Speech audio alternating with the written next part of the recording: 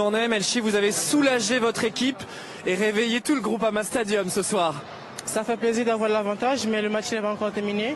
Donc, elles nous ont quand même mis en difficulté dans quelques parties de la première mi-temps. Donc, on va essayer de fixer ça pour la deuxième mi-temps. Et vous sentez que vous avez fait mal à ces Parisiennes en fin de première période. Il faut continuer là-dessus. Exactement.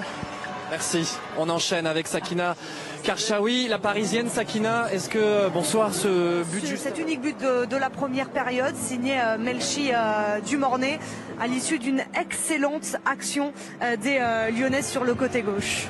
Oui, on a vu des Lyonnaises être là déjà dans le duel dans un premier temps et ensuite réussir par la passe, par la vitesse, par l'enchaînement à prendre à défaut cette défense parisienne. Mais cette merveilleuse de passe de Lindsey Horan est juste magnifique. L'extérieur du pied dans la course de Melchi Dumornay, c'est un bonbon cette passe. Et ensuite on sait dans tout le sang-froid qu'a Melchi Dumornay devant le but. Elle l'a prouvé maintes et maintes fois depuis le début de saison.